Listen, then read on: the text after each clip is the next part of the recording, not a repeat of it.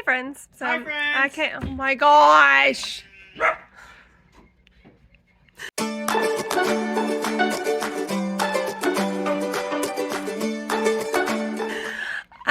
Hey friends. I came out here to record this because it's loud in my house. Who knew when you have 6 kids, it's loud in the house. So, now I'm out here with loud puppies.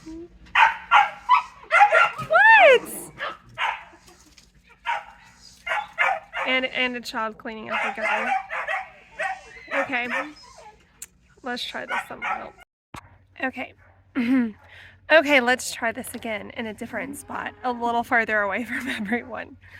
So what I want to share today is something exciting that I am working toward on the farm. So it is no secret that farming is expensive, but should it be, is the question. So when we first moved out here, we didn't necessarily intend on having a whole farm. If you've heard our story, you know that. It was kind of like a dream of mine when I was a kid, but I'd kind of like let go of it, and then we moved out here and just started collecting animals, and so we kind of put the cart before the horse.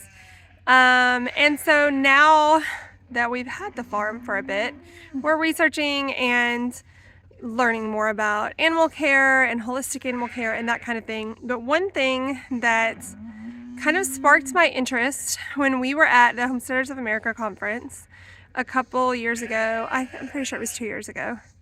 I know I met them last year too.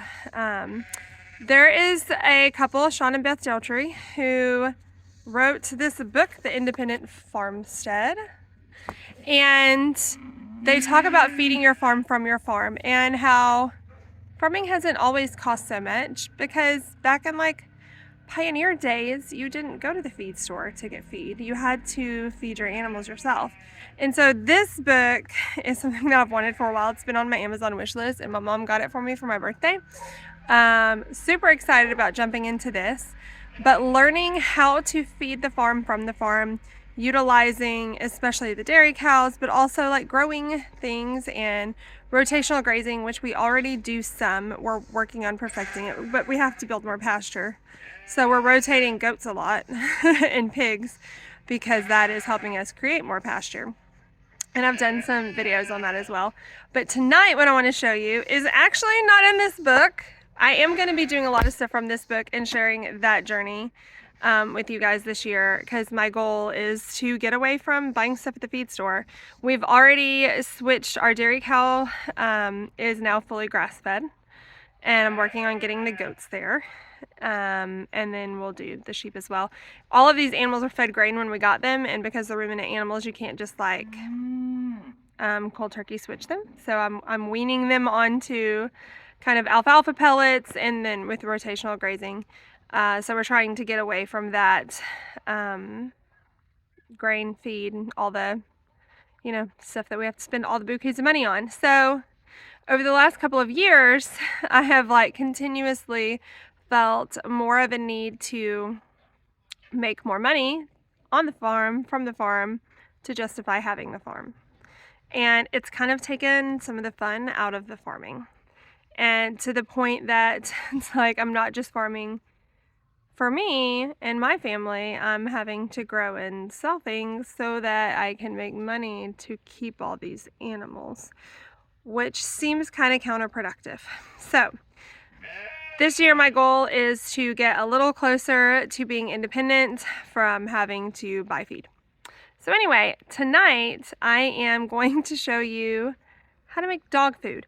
And this is not in here. It's something that I just learned from, again, my friend Christine, who has a farm, and we recently went on a girls trip, and she shared this with me. She has a YouTube video about it as well, and I will put a link to that in the description, because she totally told me how to do this, and it blew my mind, and I was so excited. I make bone broth. A lot of people make bone broth. If you do not make bone broth, you really should. It's so easy and it's so good for you.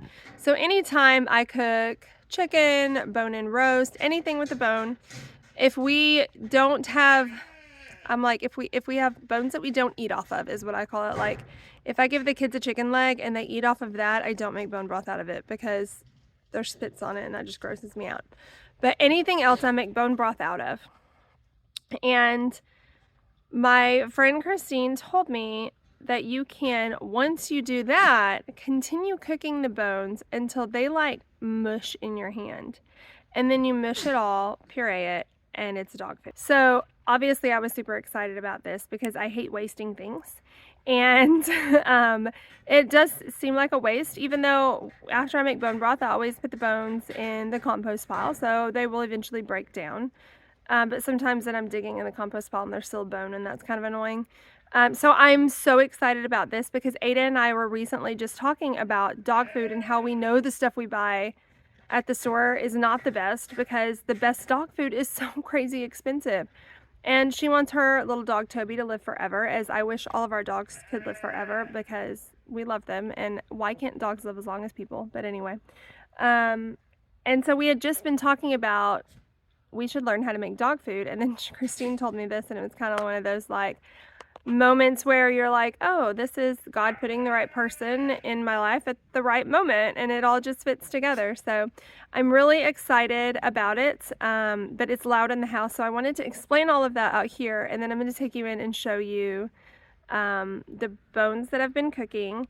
I did throw in some vegetables. I kind of looked up like what vegetables are good for dogs too, and carrots and broccoli were both on there. So after the bones had cooked quite some time, I threw the vegetables in. The vegetables have been in like since last night. I intended on doing this earlier in the day. The sun's literally setting. So they've been in there not quite 24 hours, but I also peeled some ginger to chop and put in the freeze dryer, so I like threw the peels of that in there. And then earlier today we had broccoli and nobody eats the stems, so I threw the stems in there. So just kind of like the scraps. When I peeled some carrots today for salad, I put the peel in there. And so I'm going to go in and show you how easily the bones just like break and mush up. Now there are some larger beef bones that I've had to cook this a long time. If it had just been the chicken bones, another 24 hours would have been fine, but I've had it cooking for like a couple of days. And it's because of the big beef bones, and I'm not sure that they're going to completely crumble. I'm probably going to pull them out and maybe save them for another batch. But one last thing I'm going to say, and then I'm going to take you in and show you this, is that tonight we had chicken. I just did some spatchcock chicken. And the kids were like, you don't want to save these bones, right? And it just hit me like, dogs do not care if my children have chewed on those bones before I turn them into dog food. So I was like, yes, absolutely, give me your bones. I'm going to make them into dog food. So I'm so excited about this. I won't use those for bone broth. I will just cook the bones for a really long time because it weirds me out. I don't know, maybe some people do that. It's probably fine, but because it cooks for so long, but I don't know. I also sell bone broth. Generally when I'm selling it, I know this batch is to sell, but still I just not gonna put that in there. All right, I hope that that was helpful and that you are as excited about it as I am, because I make a ton of bone broth, like a ton. So we butcher our own chickens. You can do this with chicken legs, I mean like chicken feet, you know what I mean? I always put those, I love to put chicken feet in my bone broth because of the collagen content. And so you can even do this with the chicken feet. So I'm so excited. Now, of course, we've got 4 livestock guardian dogs. Currently, we still have 5 puppies. And we have 2 dogs in the house. So am I going to be able to make enough food for all of these dogs? Probably not.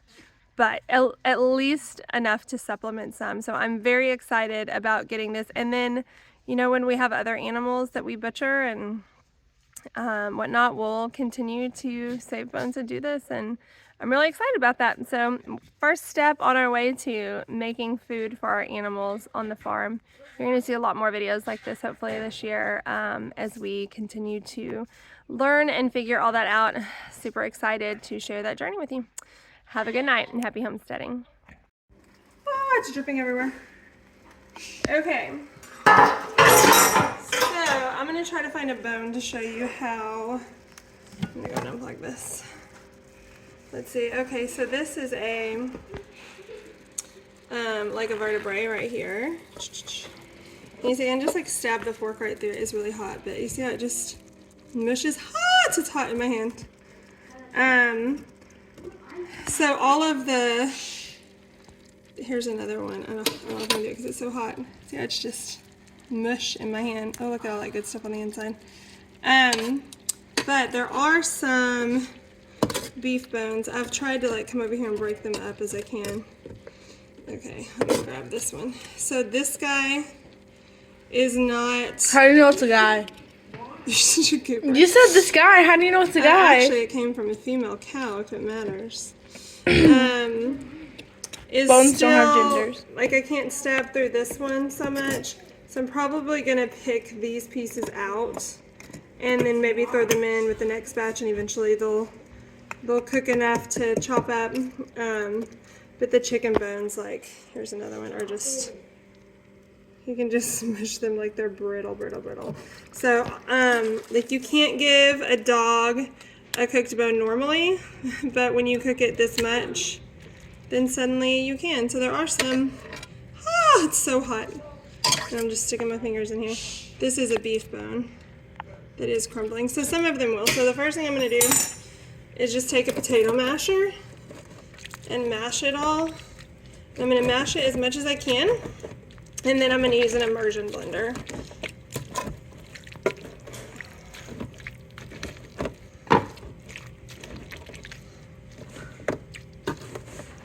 Y'all can talk for a minute because this part will put.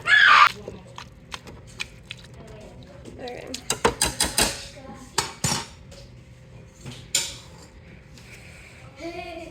Toby food.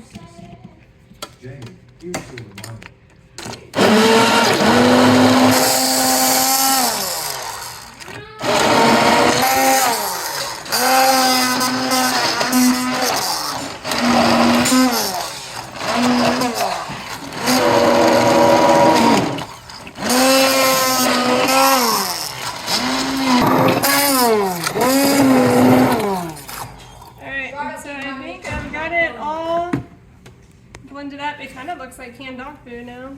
So it kind of looks like canned dog food.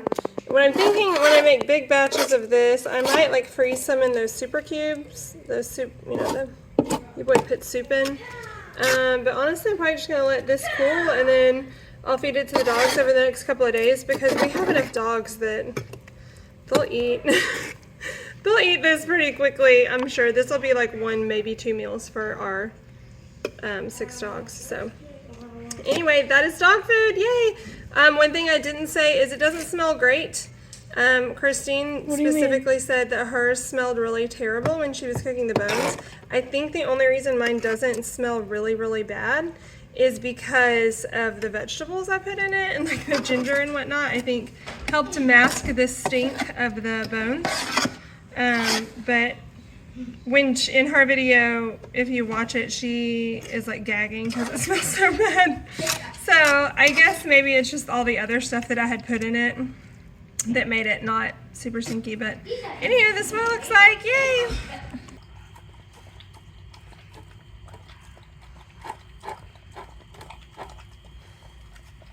Is it good, Fanny?